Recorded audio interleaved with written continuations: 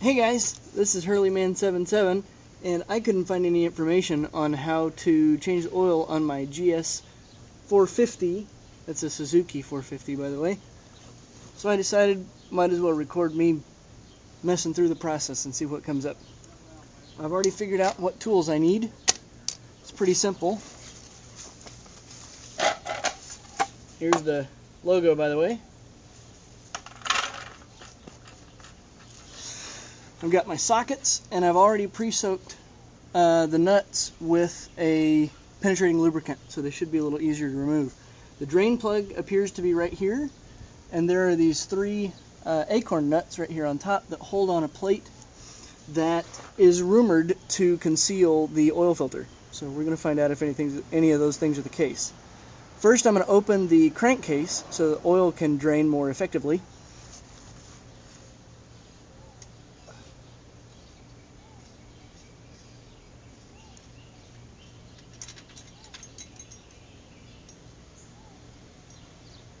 Dipstick,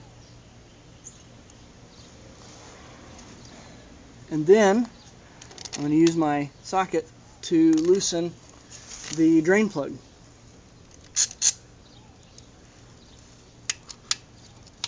And see what happens. Now, as I said, this is a Suzuki GS450L. It's a 1980 probably. It might be an 81. I'm not sure. I've already got it up on the center stand, and it's been sitting for 2 or 3 hours since I drove it last. This plug seems to be coming out rather well, so I'm going to go ahead and take the rest of it with my fingers. And as you can see, the oil desperately needs to be changed. Now, part of the reason I'm changing the oil is because I unwittingly, when it went dry, put in regular motor oil from O'Reilly's, and I have been told since then that there are actually some significant differences between automotive motor oil and motorcycle motor oil, primarily because the clutch is a wet clutch. It's bathed in the motor oil. The motor oil acts as a lubricant not only for the engine but also for the transmission and the clutch. So now that most of the oil has drained out, I'm going to move this pan forward a little bit and loosen these nuts for the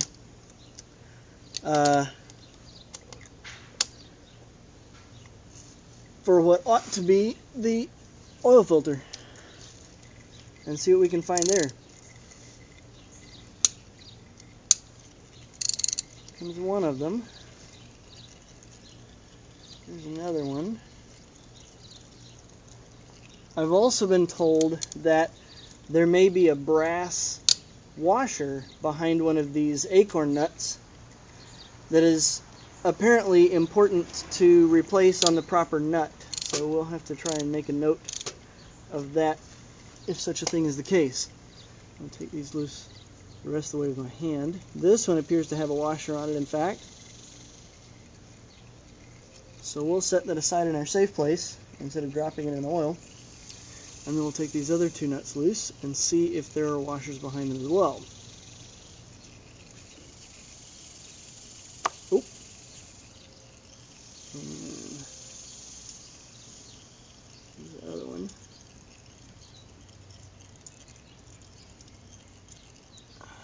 Now that one didn't appear to have a washer, nor did the one that I dropped in the oil. Pull this off carefully, and I'll bet there's going to be some oil coming out.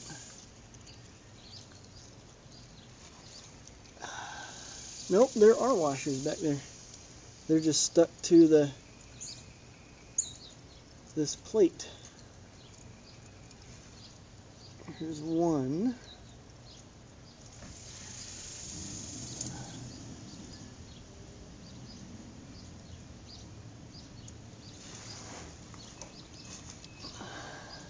And there are, in fact, two. Well, let's see if we can get this plate off. Looks like it may need a little encouragement.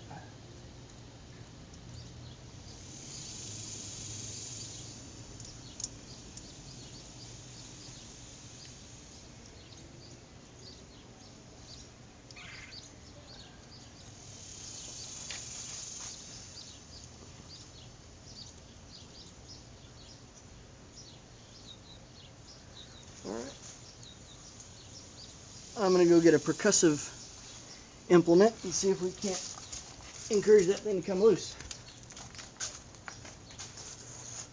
I'm just going to tap this very gently because I really have no idea the makeup of this thing. And it's even difficult to see where there's a seam between this and the case. I would bet that it's just caked on with, oh, there it goes. Just a little bit of tapping. Took loose all that gunk. Pull this off the rest of the way. And I'm hoping that all that was just oil. Oh, there's a ring there. And a spring. Well, there's an oil seal that's probably bad, but I'm going to leave it there because I don't really have any other option at this point.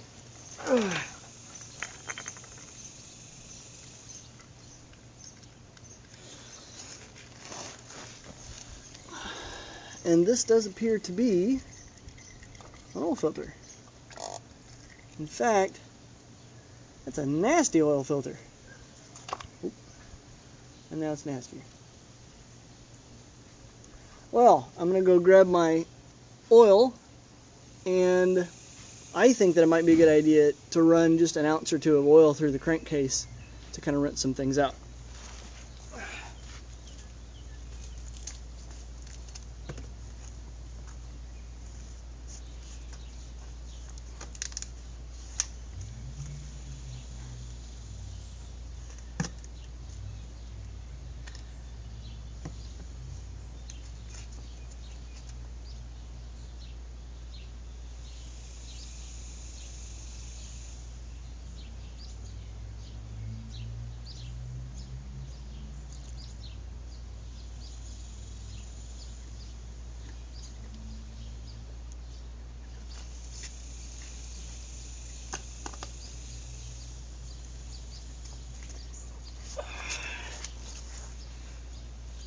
Alright, we'll let that drain just a little bit, and then here in a minute we'll put that plug back in and see if we can get some flow through the filter area. But I only poured maybe an ounce or two. I don't want to use up a whole lot of oil, but I do kind of want to flush out any particulates that have settled to the bottom.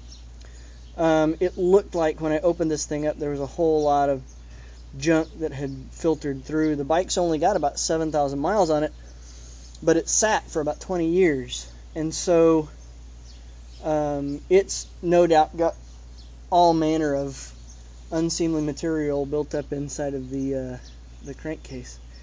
That looks like it's coming fairly clear. So let's get this drain plug. Plug this up just a little bit.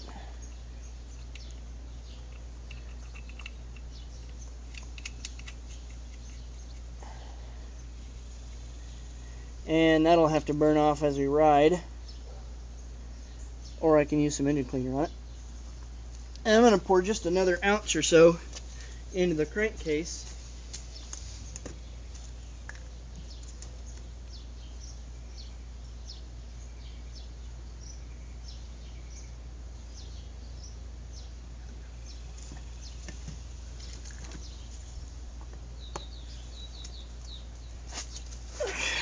Now, I don't claim to be an expert, and it's entirely possible that those of you who know about motorcycles and engines and things are saying, well, there's no way that that oil is going to go through the filter area because your engine's not turning, or something like that. I don't actually know. It's just a thought that I had, and it looks like nothing's happening, so something along those lines is probably the case.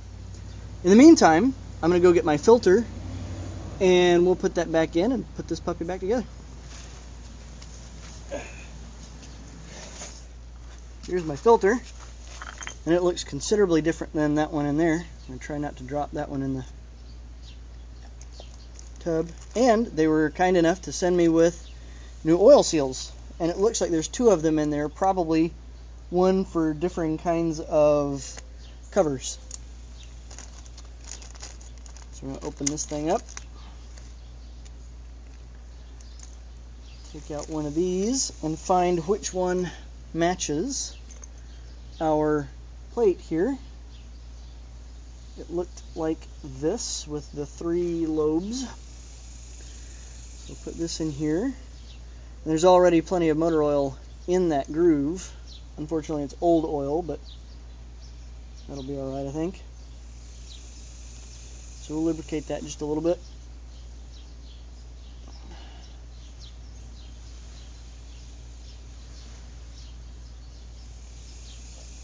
Fit that down in there.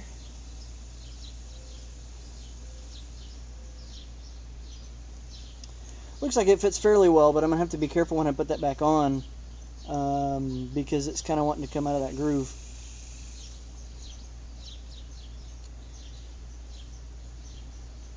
Now, also, this does appear to be one-sided, so I can only fit it in one way, which is handy for folks like me who don't know a whole lot about motorcycles.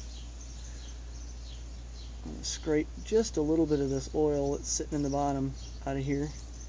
My bike's up on the center stand, but apparently I'm on just enough of an incline that not quite all the oil draining out. It all came out of the bottom, obviously, but this isn't draining entirely. So, but that's what a filter's for.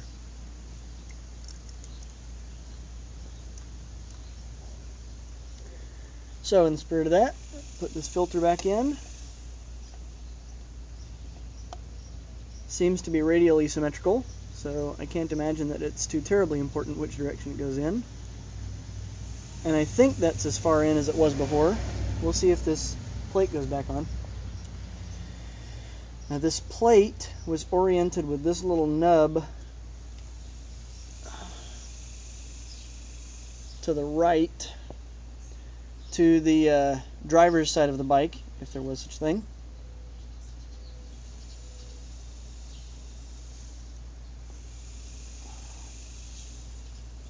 Fit this back on these nuts here, and there's a spring on the inside there that is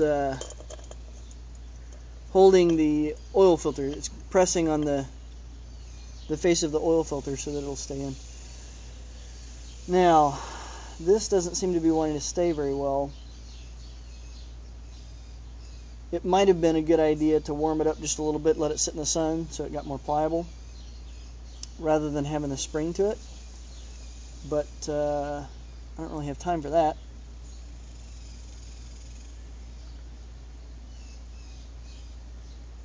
It looks like the more I mess with it, the more it's sticking down in that groove.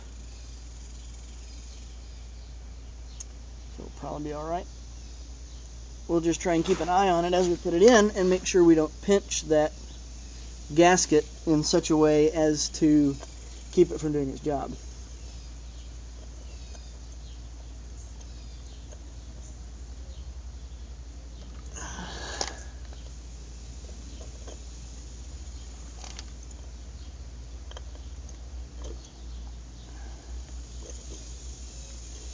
Nope, that's not cooperating. Alright, well I'm going to go see if I can play with this a little bit, get that thing to stay in there. I'll be right back. Alright, well I think I've got it to where it's cooperating just a little bit better. We'll see if we can get this sucker on here.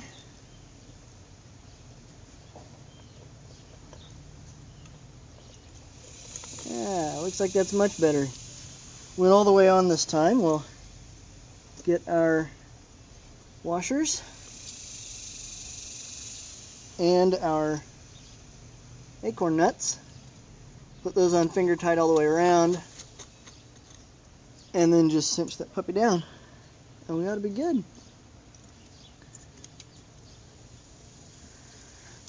Now the one thing I'm certainly going to have to keep in mind and keep an eye out for is if this thing has not sealed as well as I think it has, then I'm going to be, well, I'm not sure, probably leaking oil while I'm running, while the bike is running. I'll have to keep an eye for oil dripping from the front here, which will indicate to me that that the seal is not as good as I thought it was. Get this other acorn nut.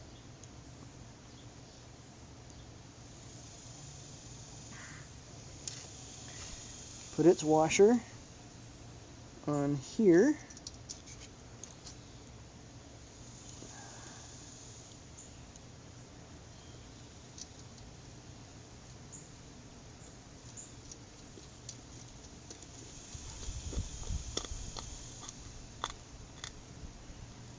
And it does in fact look like it's going down even all the way around. If this had pinched, I would expect to see a little gap up here above. I'm not seeing any gap where this was, and if you remember, it matched up so neatly that I couldn't see a seam before I tapped it with the hammer. So it should be pretty tight. Let's tighten those down since we've got our proper socket on here.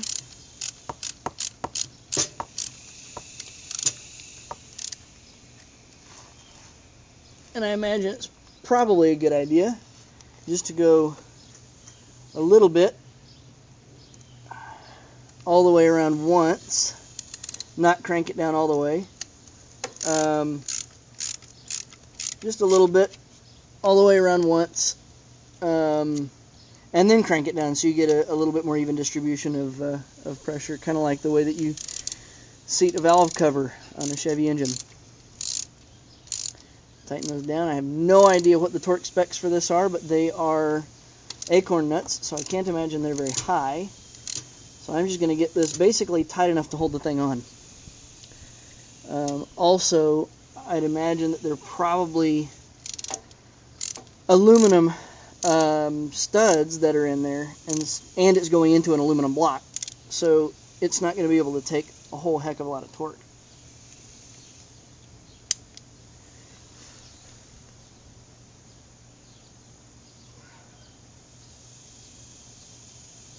Alright, we'll swap out our socket.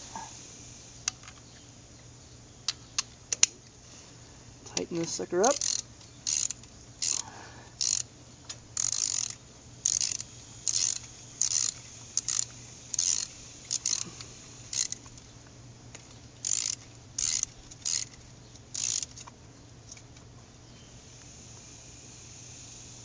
Tighten that down just enough to keep it from leaking. Looks like that's about right. Other than that, all I got to do is put the oil back in. Now, when I went to the shop, the guys I was buying the oil from suggested that I move up from a 10W40, which is what's recommended for the bike, to a 20W50 because of the climate that I'm in. It's much, much hotter here in Central Texas. So you may want to talk to the dealers in your local area and see if there's a motor oil that they recommend. If they recommend that you move it up to a higher viscosity, if it's very hot, so that when the heat lowers the viscosity of your oil, it's still viscous enough to properly lubricate your engine. Conversely, if you're in a much colder climate, it might be wise to go to a lower viscosity, so that as the oil cools, it remains fluid enough. The viscosity is low enough that it can still move through the engine properly. Again, talk to your local dealer or a motorcycle specialist, and they'll probably be able to help you out with that. So that looks like about everything we've got to do. The only other things I'm going to do is check the spark plugs while I'm at it. But other than that, I hope that helped. I wasn't able to find any information myself, so figured I'd put it out there. See y'all later.